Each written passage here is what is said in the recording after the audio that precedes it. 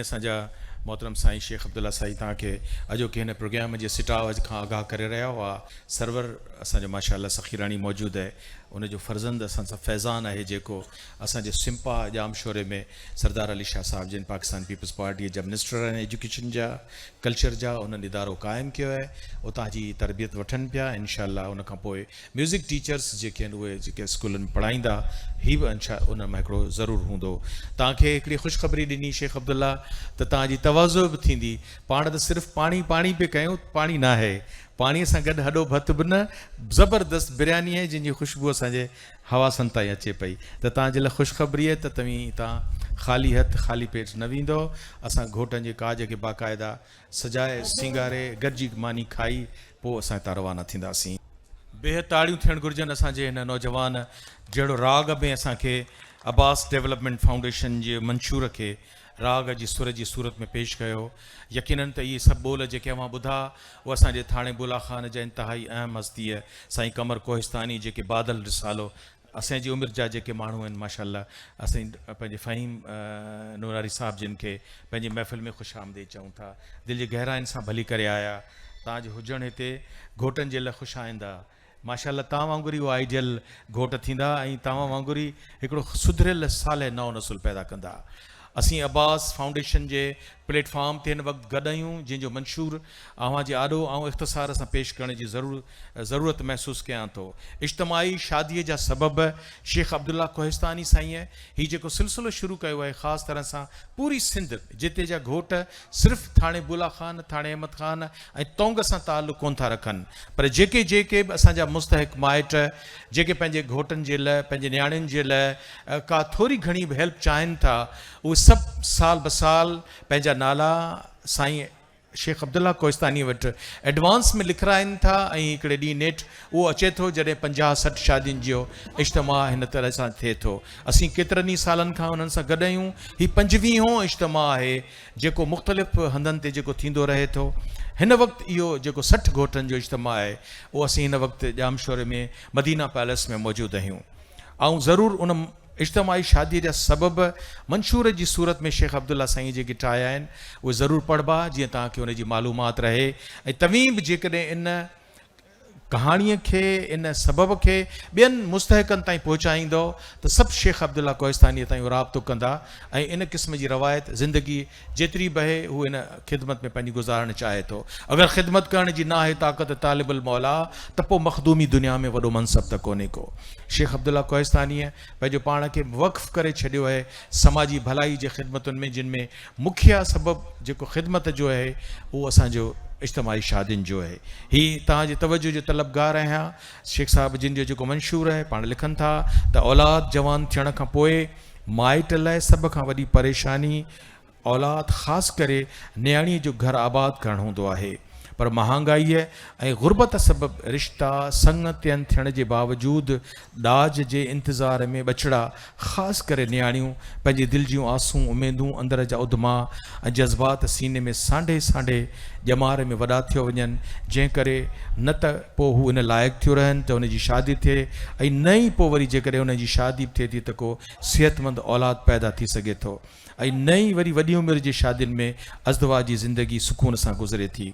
वालदेन लाइ हर ॾींहुं क़यामत जो गुज़रे थो, छाजे करे जो जेका जवान नियाणी घर में जेकॾहिं वेठी आहे त पोइ पुटड़ो त बहरहाल पंहिंजे तौर ते पंहिंजी ज़िंदगी गुज़ारे थो, पर वॾे में वॾी जेका ॾुखी ज़िंदगी आहे उहा असांजी नियाणीअ जी आहे जेका बिलाख़िर जॾहिं शादीअ खां रहिजी थी वञे त बुज़ुर्ग थी थियो वञे ऐं हुनजो संभालण वारा हुनजा भाउर पंहिंजे घरनि वारा थी था वञनि ऐं वालदेन घणो करे दुनिया मां हलिया था वञनि।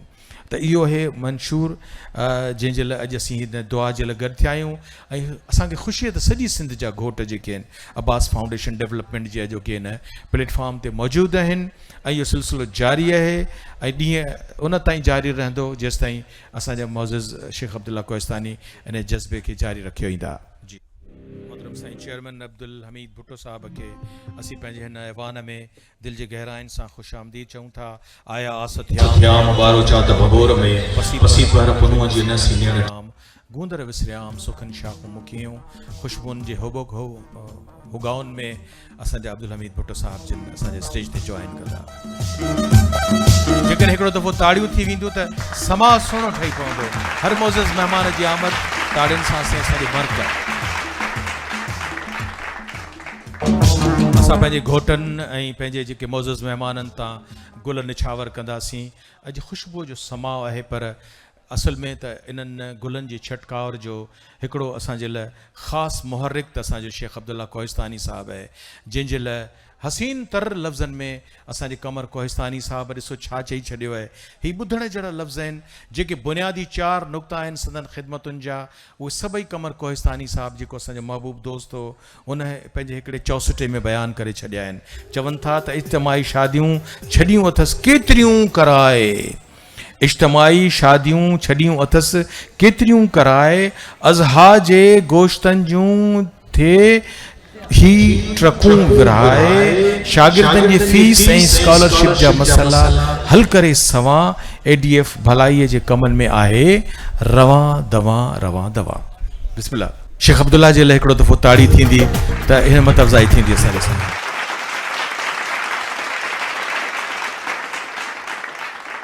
मोज़िज़ शख्सियतूं असां सां गॾु पहुची चुकियूं आहिनि, जिन में अब्दुल हमीद भुट्टो साहब असांजा भुट्टो वेलफेयर एसोसिएशन जा सरबराह गॾोगॾु, चन्ना साहब असांजे सिंध ग्रेजुएट एसोसिएशन सां वाबस्ता, ज़ुल्फ़िकार अहल हालार असांजे कोटड़ीअ जो सुहिणो शाइर अदीब कलमकार असां सां गॾु आहे, ऐं असांजो दोस्त मुज़फ़र अली शेख साहब जिन सां गॾु अची चुका आहिनि, सरवर सखीरानी असांजो सुहिणो ॻाइणो, फैज़ान सरवर, सिकंदर बुर्दी साहब माशाअल्लाह जंहिंजा औलाद शाह लतीफ़ जो रिसाले खे ॻाइनि था वॼाइनि था, असगर मलाणो जेको असांखे अवां ताईं पहुचाए पियो सोशल मीडिया ताईं, असगर मलाणो पंहिंजे चैनल तां असांजी न्यूज़ सां गॾोगॾु पंहिंजे लाइव कुझु लम्हा दोस्तनि ताईं पहुचाइण में असांजे मददगार आहे।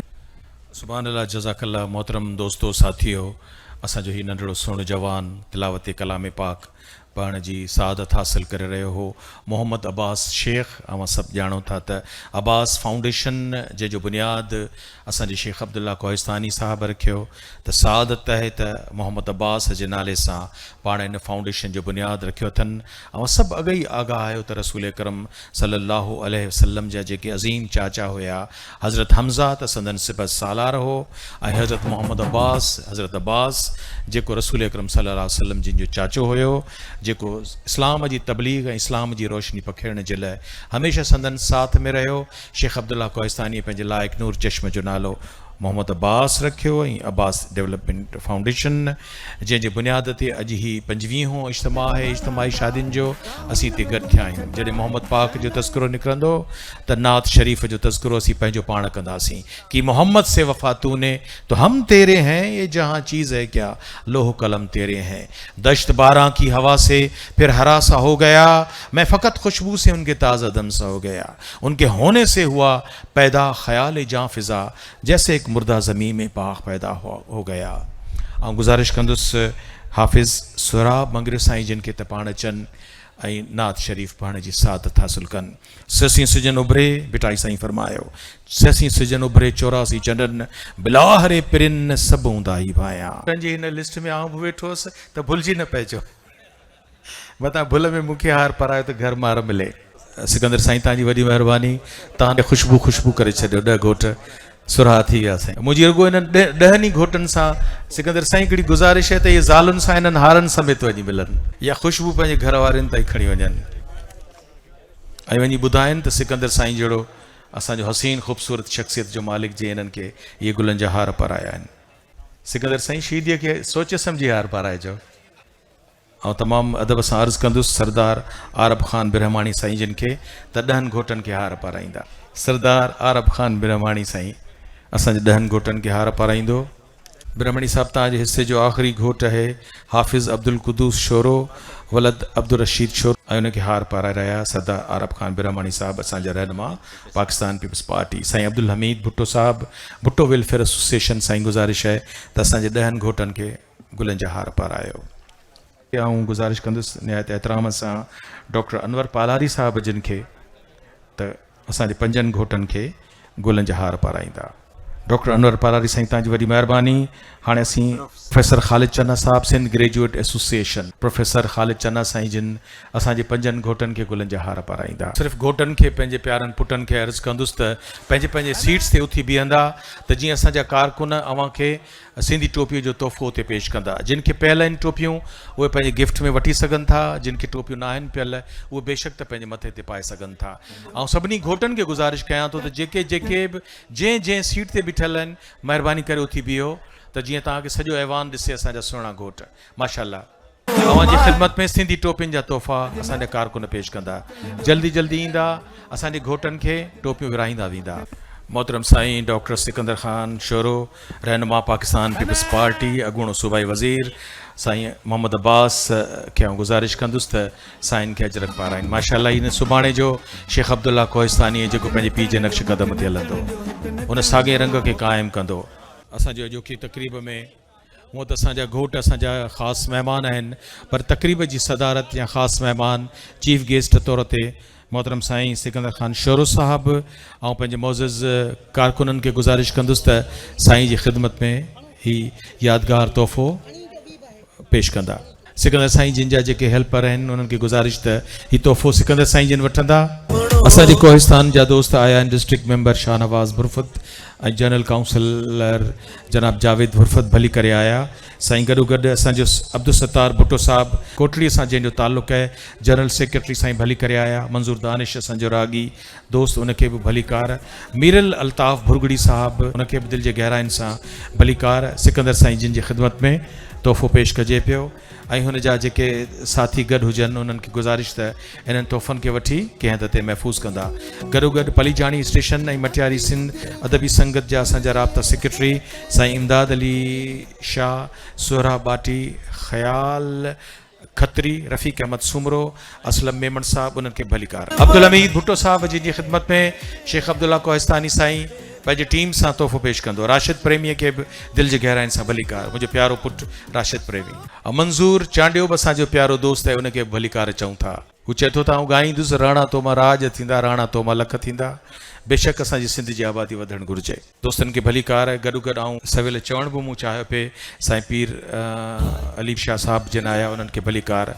मौलाना ग़ुलाम शबीर चंड साहब साईं भली करे आया ऐं गॾोगॾु मोहम्मद हसन ब्रह्माणी साहब ऐं मोहम्मद यूसुफ आराई साहब भली करे आया। मौलाना ग़ुलाम शबीर चंड साहब जिन जी ख़िदमत में ज़बरदस्त ही असांजो दुरूद शरीफ़ अल्लाहुम्मा सल्ली अला मोहम्मद व आले मोहम्मद हादी बख्श नारे जो उन्हनि खे भलीकार।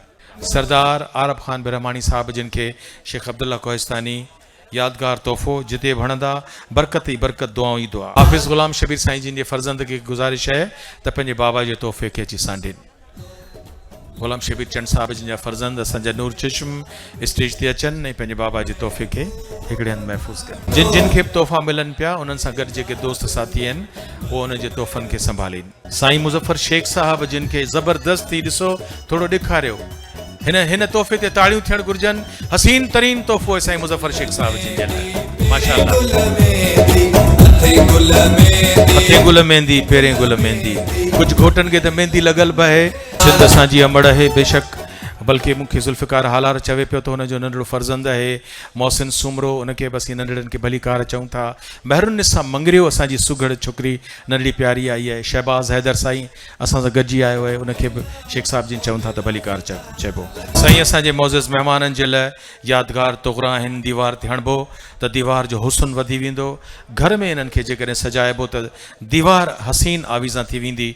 डॉक्टर अनवर पालारी साहब जिन खे ही तोहफ़ो ॾियनि पिया असांजा शेख अब्दुल्ला कोहिस्तानी साहब। डॉक्टर अनवर पालारी साहब ऐं गुज़ारिश कंदुसि उन खां पोइ असांजी भेण एडवोकेट समीना आराई खे बि इहो तोहफ़ो ज़रूरु मिलणु घुरिजे। समीना आराई जी ख़िदमत में शेख अब्दुल्ला कोहिस्तानी।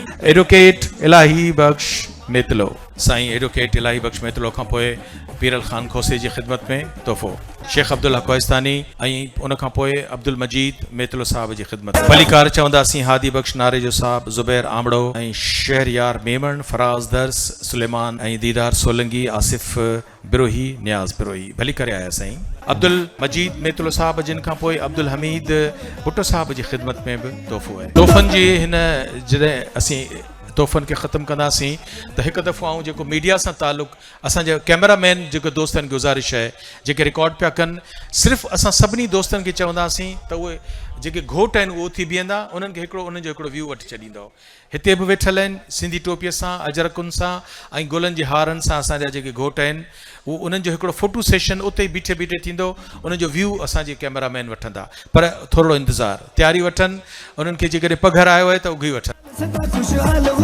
अब्दुल हमीद भुट्टो साहब जिन खां पोइ पीरल ख़ान खोसो साहब डॉक्टर अली दोस्त पालारी साहब जी ख़िदमत में बि तोहफ़ो आहे कारकुननि खे गुज़ारिश आहे त सिकंदर साईं जिन उन्हनि खे यकीननि त वरी बि मिलंदा अॼु मसइलनि जे हल जो ॾींहुं न आहे अॼु घोटनि जे लाऊं लहण जो ॾींहुं आहे कारकुननि खे गुज़ारिश आहे त सिकंदर साईं जिन खे थोरो वांदो छॾींदा त जीअं असां पंहिंजी तक़रीब खे पंहिंजे उरूज ॾांहुं वठी वञूं कारकुननि खे गुज़ारिश आहे त माशाअल्लाह राणल घोट घोरे लोट लहिया लारीअ मां छॾ परावा सोना कंगण छॾ परायो हार मूंखे जिए जिए लाडो मुझे जिए जिए लाडो लाडो बंजी आयो सिंगार करे हो प्यार करे वनी ईंदो वठण जो ढोलणो कुंवार ईंदो वठण जो ढोलणो वनी ईंदो वठण जो ढोलणो हथे गुल मेहंदी पेरे गुल मेहंदी जिए जिए लाडो मुझे जिए लाडो लाडो लाडी आणींदो ॾाॾे पोटी माणींदो किन खे ॾाॾे पोटियूं आहिनि किन खे पाड़े जूं कुंवारियूं आहिनि ऐं किन खे ॿियनि ज़ातियुनि वारियूं कुंवारियूं आहिनि ऐं सभिनी घोटनि खां पुछंदुसि कंहिंजूं मारोटियूं आहिनि कंहिंजूं सोटियूं आहिनि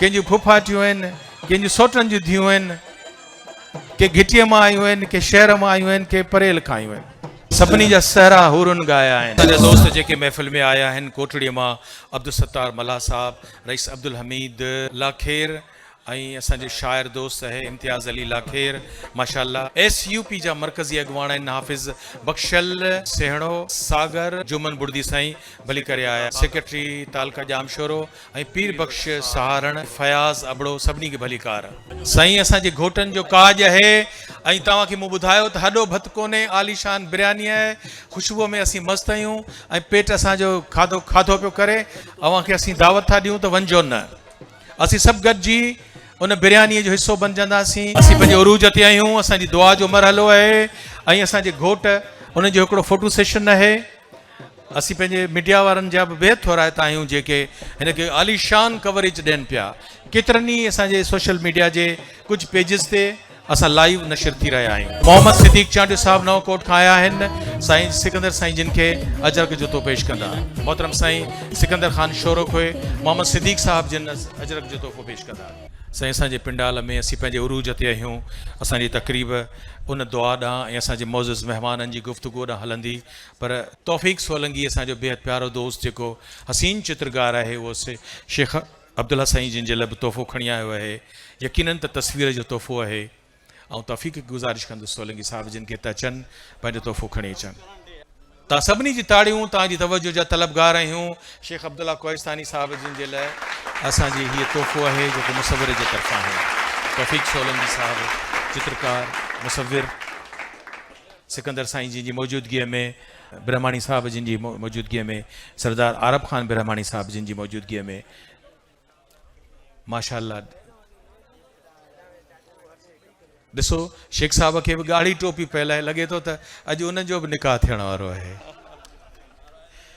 पाण बि घोट लॻा पिया आहिनि साईं माशाअल्लाह फ़हीम नूरारी चवंदा त माशाअल्लाह ॻाढ़ी टोपी जेको बि पाईंदो उहो सम्झो त घोट रहे शेख साहब जिन जे लाइ आउं चाहींदुसि त सभु पिंडाल में जेतिरे बि मौजूदु आहिनि हिकिड़ो दफ़ो क्लब ज़रूरु ॿुधण में अचणु घुरिजे जेका असांजे मीडिया ते वञणु घुरिजे हीअ 5वीं इज्तिमाही शादियुनि जो इज्तिमा आहे जंहिंमें सभई असांजा घोट मुस्तहिक घराणनि जूं कुंवारियूं नैणियूं असांजूं पंहिंजनि घरनि में आबाद थी चुकियूं आहिनि अव्हां जे चेहरनि ते मायूसी नज़र न अचणु घुरिजे असीं सभु गॾिजी उन ज़ियाफ़त जो हिसो बणिजंदासीं थोरी देरि में कुझु घणियूं तक़रीरूं कोन्हनि सिर्फ़ु तक़रीरूं हिकिड़ी दुआ आहे असीं पंहिंजे उरूज ॾांहुं हलूं पिया अपने लिए तो सभी जीते हैं इस जहां में है ज़िंदगी का मक़सद औरों के काम आना ॾिसो हिन अॼोकी हिन तक़रीब मां केॾी इंस्पिरेशन वरिती आहे त जीअं शेख अब्दुल्ला कोहिस्तानी साईं जिन न्याणियुनि जे लाइ घर आबाद करण जे लाइ जेका सरगर्मी ॾेखारी आहे उन ई तरीक़े सां अब्दुल हमीद साहब जिन बि ॾिसो तव्हां सभिनी जे आॾो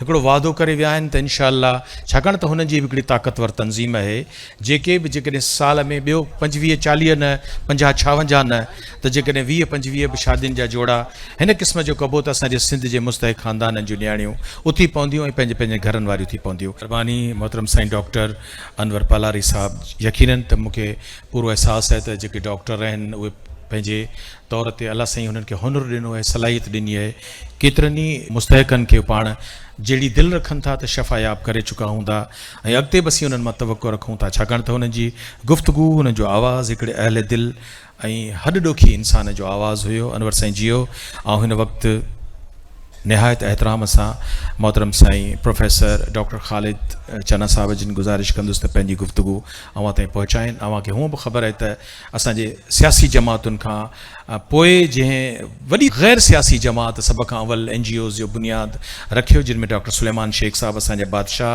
समाजी कारकुन आहिनि, उनखां पोइ पूरी टीम आहे जंहिं असांजे सिंध जे समाजी ख़िदमतुनि में ग्रेजुएट्स जे हवाले सां वॾी ख़िदमत सर अंजाम ॾिनी आहे। साईं उनजो हिसो आहिनि। अवां सभिनी जी ताड़ियुनि में प्रोफेसर ख़ालिद चना साहब, प्रेसिडेंट सिंध ग्रेजुएट एसोसिएशन मोहतरम साईं प्रोफेसर ख़ालिद चना साहब अवां सां मुखातिब हुया। जेकॾहिं अवां गौर सां संदन गुफ़्तगू ॿुधी हूंदी, जेका मूं ॿुधी, पाण चयूं त पंहिंजे घर वारनि सां, पंहिंजे ज़ालुनि सां रवैयो सुठो रखो, छाकाणि त असीं ग़रीब आहियूं, अमीर आहियूं, मिडिल क्लास आहियूं, हर वक़्तु कंहिं न कंहिं तकलीफ़ अंज में हूंदा ई हूंदा आहियूं। माशरो अजीबो ग़रीब आहे। असीं ॿाहिरीं दुनिया मां जॾहिं घर वञूं था त पोइ जेकॾहिं ज़ालुनि सां असां विहणु झड़णु शुरू कयो त पोइ घर कोन हलंदो। इन करे हमेशह खंदा पेशानीअ सां, सुठे रवैये सां पंहिंजे घर वारनि सां हलो। ऐं जेकॾहिं तव्हां पढ़ियल लिखियल आहियो त असांजे ख़ालिद साईं जिन जो जीअं चवणु आहे त 2 अखर उन्हनि खे पढ़ायो, सेखारियो त जीअं उन्हनि खे कुझु लिखणु पढ़णु अची वञे, त जीअं तव्हांजो मुस्तक़बिल जेको ईंदड़ ॿारड़ा पैदा थियनि उन्हनि खे तव्हांजी माउ अवाइल में ॿारनि खे माउ पंहिंजी लिखाए पढ़ाए सघे। ऐं हिन वक़्तु शेख कम्यूनिटी, असांखे फ़ख़ुरु आहे त असांजो सिंध शेख हयात साहब असांजा शेख आहिनि। अलामा इक़बाल जेके पाकिस्तान जा क़ौमी शाइर आहिनि, शाइर मशरिक़ आहिनि, उनजी बि कम्यूनिटी शेख आहे। पर असीं फ़ख़ुरु कंदासीं शेख हयाज़ ते त उहे शेख आहिनि। चवे थो त कुझु शाह ॾिनी, कुझु शेख ॾिनी, हिन सिंधड़ीअ खे सूरत लोको, हीअ कहिड़ी मूड़ी मत लोको, धरती बि ता जन्नत लोको। असांजो मोज़ज़ महिमान साईं मुज़फ़र अली शेख साहब जिन, ऐं गुज़ारिश कंदुसि, पाण शेख कम्यूनिटी लाइ त कमु कनि था, पर मूंखे ख़बर आहे त पाण इंसान ज़ात, इंसान दोस्त आहिनि।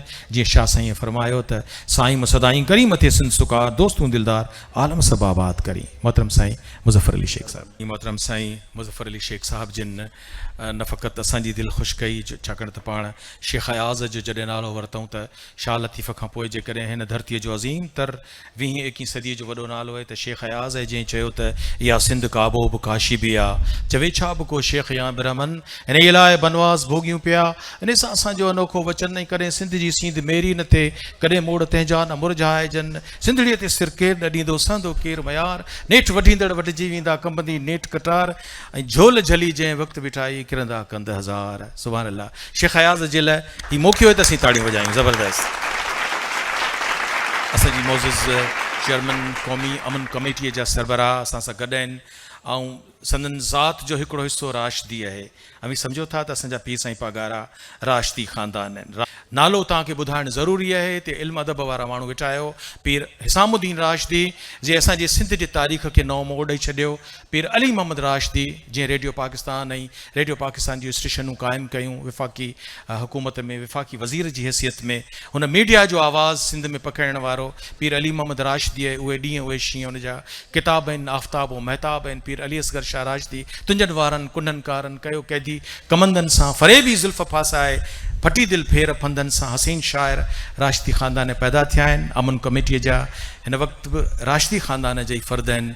चेयरमैन क़ौमी अमन कमेटी मोहतरम साईं अली शाह राशिदी, ऐं गुज़ारिश कंदुसि त पाण अचनि ऐं अवां सभिनी सां अॼोकी निस्बत में ख़ूबसूरत ॻाल्हियूं कनि। असांजे नौजवान क़यादत साईं अली शाह राशिदी साहब, असांजे मोहतरम साईं जनाब अली शाह राशिदी साहब जेके क़ौमी अमन कमेटीअ जा सरवाण हुया, अवां सां मुखातिब हुया। इंतिहाई ख़ूबसूरत जेका ॻाल्हि थी सादतमंदी त हिन तकरीर में असांखे रसूल अकरम सल्लल्लाहु अलैहि वालि वसल्लम जो तज़किरो मिलियो। असांखे शेख अब्दुल्ला कोहिस्तानी जंहिं पंहिंजी ज़िंदगीअ जो तमामु वॾो अरसो थाणे बुला खान खां अलावा जंहिं हंध ते गुज़ारियो आहे, ऐं सभिनी खे ख़बर आहे त पाण अरब दयार में रही आया आहिनि।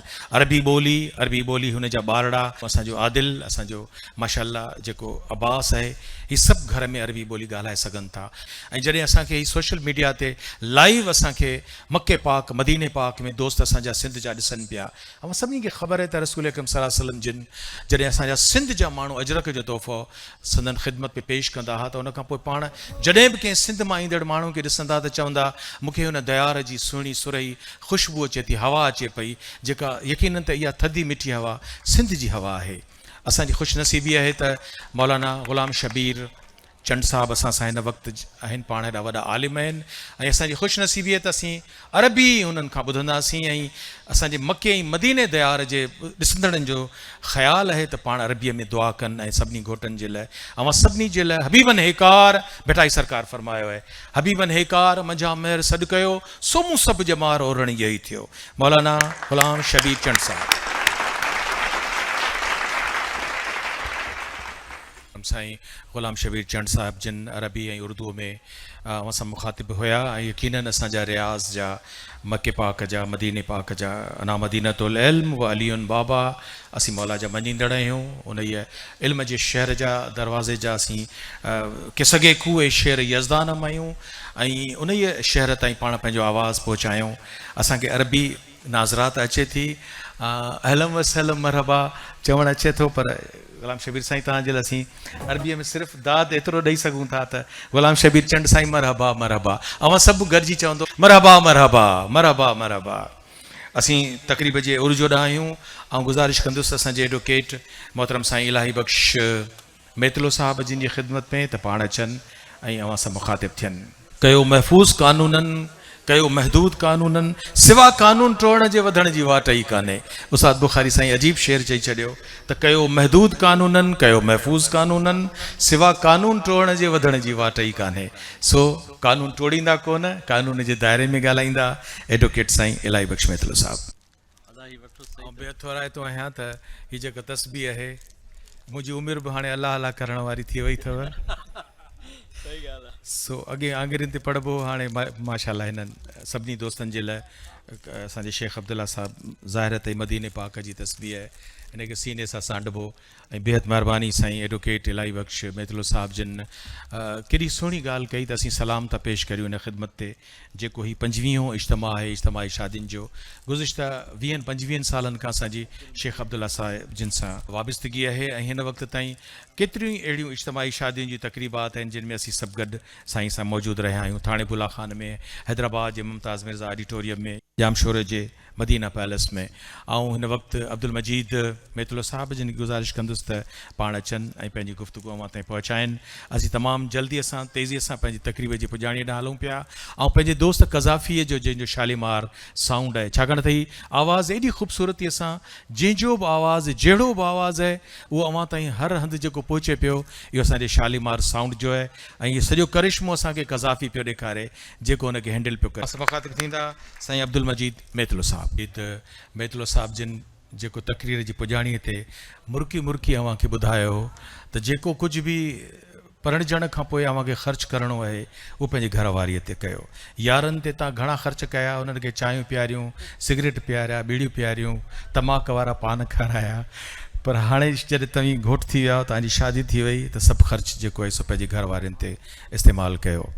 पर असांजो हिकिड़ो दोस्त हिकिड़ी अजीब ॻाल्हि कंदो आहे, चवंदो आहे त जेकॾहिं ज़ालुनि सां जेॾी तव्हां खिली ॻाल्हाईंदव, उहो चवंदो आहे त रेडियो जो प्रोड्यूसर आहे, चवंदो आहे त जेकॾहिं ज़ाल सां खिली ॻाल्हाइबो न त यकदमि पैसा घुरंदी, पैसा किथे आहिनि, नोट निकालो।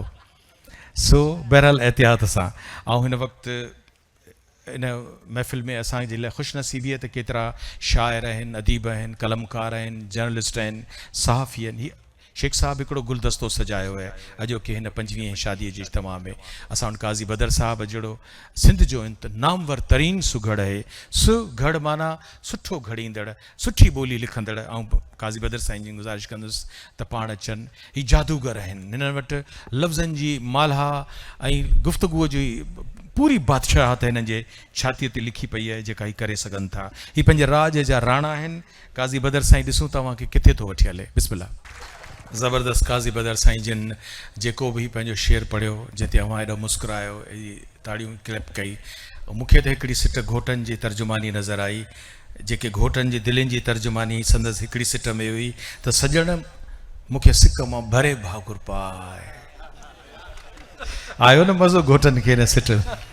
महिरबानी काज़ी साईं, तव्हां सभिनी जी दिलि ख़ुशि कई, असांजी बि दिलि ख़ुशि कई। ऐं असांजी महफ़िल में इंतिहाई मानाइती शख़्सियत, असीं जॾहिं थाणो बुला ख़ान वेंदा आहियूं, थाणो अहमद ख़ान वेंदा आहियूं त असांखे वाट में हिकिड़ो थाणो आरब ख़ान बि नज़र ईंदो आहे। असां सभिनी खे पंहिंजे सांभर में सरदार मोहम्मद आरब ब्रह्माणी साहब जिन जो चहिरो, हुनजो ख़िदमतूं, हुनजा नक्श निगार, हुनजी दिलि, कुझु ॿुधोसीं कुझु ॾिठोसीं, पर खेनि त असां न ॾिसी सघियासीं। पर जीअं चइबो आहे त संदन नूर चश्म मूं से ॾिठा माउ, जिनी ॾिठो पिरनि खे तनी संदी काए करे न सघां ॻाल्हिड़ी। इंतिहाई सोबर, संजीदा, नाज़ुक, नफ़ीस, ख़ूबसूरत शख़्सियत जा मालिक सरदार आरब ख़ान ब्रह्माणी साहब। ऐं गुज़ारिश कंदुसि त पाण असांजा चीफ गेस्ट जो जेको फ़हिरिस्त आहे हुन में नुमाया आहिनि। ऐं इश्क जे राहुनि मथे कावा उभा तूं न हल तुंहिंजो सबा जहिड़ो ख़राम, सरदार आरब ख़ान ब्रह्माणी साहब। साईं महिरबानी, तव्हां शेख अब्दुल्ला साईं जिन जो ख़िताब ॿुधो। हिकिड़े उर्दू शाइर जो शेर आहे त वो खुश कलाम है ऐसा कि उसके पास हमें, वो खुश कलाम है ऐसा कि उसके पास हमें तवील रहना भी लगता है मुख्तसिर रहना। त तव्हांजी सॼी गुफ़्तगूअ खे बेहद दिलावेज़ कननि सां असां समात कयो, बेहद ख़ुशी थी। तव्हां ॾाढो शानदार ख़ूबसूरत ख़िराज अक़ीदत, ख़िराज तहसीन घोटनि खे बि पेश कयो। असांजे मौज़ूज़ महिमाननि जे मान में बि इंतिहाई शानाइता लफ़्ज़ इस्तेमालु कया। पर हिकिड़ी ॻाल्हि जेका तव्हां कई उन थोरो खुटको विधो त तव्हांखे थोरी देरि अॻु में ॻाढ़े रंग जी टोपी पियल हुई जेका घोटनि खे पियल आहिनि मथे ते। हाणे आऊं न राज़ तां जेकॾहिं पर्दो खणा त साईं असांजे अॻियां ॾिसो ॻुझ लिके कोन थो न, चोर जी चोरी लिकंदी कोन्हे। साईं मूंखे ॿुधायो, हिते तव्हां सभिनी ॿुधो त हिते 56 घोट आहिनि, त साईं जी ॻाढ़ी टोपीअ जे करे मूं सम्झो त 57 घोट आहिनि। घरां फ़ोन आयो, साईं टोपी बदिलाए छॾी। दोस्तो, असांजी महफ़िल में तव्हांखे ख़बर आहे त ॾिसो सिंध पाकिस्तान पीपल्स पार्टी शहीद ज़ुल्फ़िकार अली भुट्टो साहब ठाही हुई। पाकिस्तान खे जेकॾहिं तव्हां ॾिसो त मंशूर ॾियण वारी कास्ती आहे, जमहूरियत बेस्ड, असेंबली बेस्ड जेकॾहिं का असांखे सियासत सेखारी त पोइ शहीद ज़ुल्फ़िकार अली भुट्टो। ख़िदमत जी जज़्बो असांखे सेखारियो त भुट्टे साहब सेखारियो, जेको असांजे लाड़काणे साह सेभाणे जी मिटी आहे। पोइ शहीद मोहतरमा बेनज़ीर भुट्टो आहे। तव्हां ॾिठो त ज़ुल्फ़िकार अली भुट्टो साहब हुजे या असांजी शहीद मोहतरमा बेनज़ीर भुट्टो साहिबा हुजे, हुननि पंहिंजे सिरनि जो नज़रानो ॾिनो आहे। मोहतरमा बेनज़ीर भुट्टो साहिबा खे असां रूबरू ॾिठो, उनजो असां कवरेजिस कयूं। एॾी हसीन, एॾी नफ़ीस ख़ातून जेको भरिसां लंघे वञे त तव्हांजी दिलि ख़ुशि थिए त तव्हां पंहिंजी दुनिया जी कंहिं इंतिहाई मोतिबर मानाइती हस्तीअ खे ॾिठो आहे। हूअं त नाज़ुक नार हुई, कंहिं शाइर चयो, पर शीहे जी दीवार हुई, पंहिंजे जलवे तजले में हैदर जी तलवार हुई। पाकिस्तान पीपल्स पार्टी जी जेका क़यादत आहे, जंहिंजे नक्श कदम ते ख़िदमत जज़्बे सां सच पुछो त जेके शख़्सियतूं असां दिलि सां था चऊं हलंदे ॾिठियूं, उन्हनि में असांजो डॉक्टर सिकंदर शोरो साहब जिन बि आहिनि।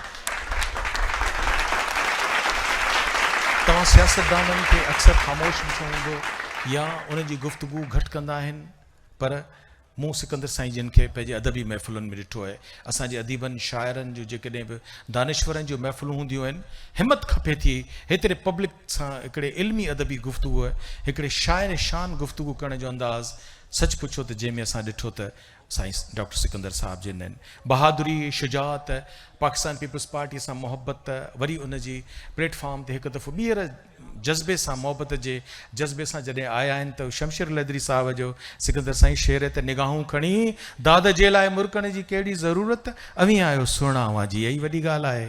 सुभान अल्लाह। ऐं शहीद मोहतरमा बेनज़ीर भुट्टो जंहिंजो 21 जून ते हुनजी सालगिरह हुई, हुनजी 70वीं सालगिरह हुई, तव्हीं बि उन पार्टीअ जा आहियो। न मुंहुं छुपा के जिए हम, ही पाकिस्तान पीपल्स पार्टीअ जे जेके बहादुर ऐं नक्श कदम ते हलण वारियूं शख़्सियतूं आहिनि, जेके भुट्टो साहिब जे नक्श कदम ते हलनि थियूं, जेके बेनज़ीर साहिबा जे नक्श कदम ते हलनि थियूं। असीं आईंदड़ जेका इलेक्शन्स आहिनि ईंदड़ जेका क़यादत आहे उन में असीं तव्हांखे हिकिड़े बाहिम्मत हिकिड़े ख़िदमत गुज़ार जी हैसियत में ॾिसणु चाहियूं था। इन करे चऊं था त न मुंह छुपा के जिए हम, न सर झुका के जिए, सितमगरों की नज़र से नज़र मिला के जिए, बस एक रात अगर कम जिए तो कम ही सही, यही बहुत है कि हम मशालें जला के जिए। तव्हां मशालूं जलाइण वारनि मां आहियो, अचो ऐं दिलि खोले ख़िताब कयो। डॉक्टर सिकंदर शोरो साहब। अब्दुल्ला कोहिस्तानी जो तव्हां बेहद वाराइतो आहियां, जो केतिरियुनि ई अहिड़ियुनि इज्तमाही शादियुनि में पाण असांखे सॾींदा रहिया आहिनि। पर हीअ महफ़िल ख़ासि तरह सां हिन वक़्त ताईं जेके बि शाया निशान महफ़िलूं थियूं आहिनि उन्हनि मां हसीन तर ऐं गुलदस्तो एॾियूं बहितरीनु शख़्सियतूं उन्हनि खे ॿुधण जो मौक़ो मिलियो। डॉक्टर सिकंदर साईं, तव्हांजी वॾी महिरबानी जो तव्हां एतिरो प्यार में असांखे यादि कयो। असीं त शुरू खां ई तव्हांखे ॾिसूं था, तमामु सुहिणा जवान आहियो ऐं बेहद बाहिम्मत ऐं बहादुर तव्हांखे असीं ॾिसूं था। ऐं हिन वक़्तु जेको असांजो हीउ जेको प्रोग्राम आहे असगर मलाणो आहे, जेको पंहिंजे सिंध सलामत जेको हुनजो चैनल आहे असांखे बराह रास्त ॾेखारे पियो। सिकंदर साईं, हिन प्रोग्राम खे ॾिसण सां, छाकाणि त हिते हिकिड़ी बुनियादी ॻाल्हि थी त हिते क्राइम वधे पियो, साईं शेख साहिब जिन ते ज़िले जामशोरे जे हवाले सां जॾहिं गुफ़्तगू कई त इहो आवाज़ु ज़ाहिर आहे त मीडिया जो आवाज़ु आहे। ऐं जेको तव्हांजो SSP आहे मोहतरम साईं डॉक्टर फ़ारूक रज़ा मलिक साहिबु, असांजी ख़ुशनसीबी आहे त उहो मुंहिंजो भाइटियो बि लॻे थो, मुंहिंजो पुटु बि लॻे थो, असीं हुनजे ख़ानदान सां फैमिली टर्म्स आहिनि असांजा। त फ़ारूक रज़ा जॾहिं हीउ सभु कुझु ॾिसे पियो त चवे पियो त दोस्तनि खे एतमाद में वठो त मूंखे अञा टेन्यूअर मुंहिंजा अञा शायदि हिकिड़ो महीनो थियो आहे। ऐं मुंहिंजी तरजीह जेका डॉक्टर फ़ारूक जेके इक़बाल मलिक जा फ़र्ज़ंद आहिनि, जेको ख़ुदि पुलिस ऑफिसर आहे, मुख़्तियार मलिक जेको असांजे सिंधी ॿोलीअ जो तमामु वॾो शाइर अदीब आहे, ब्रॉडकास्टर आहे, स्टेशन डायरेक्टर आहे, उन जा पाण भाइटिया आहिनि। ऐं फ़ारूक रज़ा जी त समूरी तरबियत असांजे साम्हूं थी आहे। त हू चए पियो त चाचा हिननि दोस्तनि खे यकीन ॾियारियो त मुंहिंजी मौजूदगीअ सां इनशाला ऐं जेतिरो कुझु करे सघियुसि, छो त माफ़ियाऊं आहिनि चौतरफ़, उन्हनि माफ़ियाउनि में बि जेतिरो मूंखे स्पेस मिलंदो ऐं इनशाला जामशोरे जे माण्हुनि जी ख़िदमत कंदुसि। ऐं इन क्राइम खे कंट्रोल करण सां गॾोगॾु जेको मुंहिंजी तरजीह आहे उहा इहा आहे त हिते लम्स आहे, लियाकत मेडिकल यूनिवर्सिटी आहे, सिंध यूनिवर्सिटी आहे, जेको असांजो सिंध जो अज़ीम अलामा आहे काज़ीअ जो क़ाइमु थियल, डॉक्टर बलोच साहिब जो इदारो क़ाइमु कयल, शेख हयाज़ जिते जो वाइस चांसलर, होॾां वेंदासीं त महिराण असांजी यूनिवर्सिटी इंजीनियरिंग, पाण चवनि था त असांजे शागिर्दनि ते जामशोरे जे जेको ग़ैर मुल्की जिन जो हिते कब्ज़ो आहे गलीअ गलीअ ते ऐं फाटक ते, उन्हनि मंशियात खे हिते जेको फ़रोग़ ॾिनो आहे, जंहिंजे सबबु इहे सभु क्राइम जेको जिन जो असांजे शेख साहिब जिन हींअर तस्करो कयो, त पाण चयूं त ऐं जॾहिं इन मंशियात ते कंट्रोल कंदुसि त इट मीन्स इन क्राइम ते बि आउं कंट्रोल कंदुसि। सो ऐं आख़िरी लफ़्ज़ जेके थैंक्स सां गॾोगॾु चवंदुसि दुआ कंदा, पर आउं डॉक्टर फ़ारूक रज़ा मलिक साहिब जो थोराइतो आहियां, जंहिं बर वक़्तु असांजे हिन सोशल मीडिया जेको असांजो असगर मलाणो पहुचाए पियो, पाण उनखे ॾिसनि पिया, ॿुधनि पिया, उनखे ख़बर आहे उहो हिन इलाइक़े जो कमानी आहे, उनखे ख़बर आहे त हिकिड़ी तमामु अहम इवेंट हिते थिए पियो ऐं डॉक्टर सिकंदर साहिब जहिड़ी शख़्सियतूं हिते मौजूदु आहिनि। त हुननि हिन इवेंट खे ऑब्ज़र्व कयो आहे ऐं वाइदो कयो अथनि त हिते जी सभ खां अवल पहिरीं संदन तरजीह आहे त मंशियात जा जेके विकिरो करण वारा आहिनि, उनखे माफ़ियाऊं जेके आहिनि उन्हनि ते हू कंट्रोल कंदो त इनशाला पंहिंजो पाण ऑटोमेटिकली असांजो जराइम घटि थींदो, जेको जामशोरे जे लाइ जंहिंजे लाइ साईं चयो। ऐं आख़िर बैत शाह साईं जो पढ़ंदुसि त वरी वरंदा वाव, वरी वसंदा मींहं, सजण गॾिबा सजणे, नवां थींदा नींहं, विछोड़े जा ॾींहं रही रहंदा केतिरा, इनशाला वरी कंहिं 57, 58, 59, 60 शादियुनि में ज़िंदगीअ ते गॾु हूंदासीं सदाईं गॾु।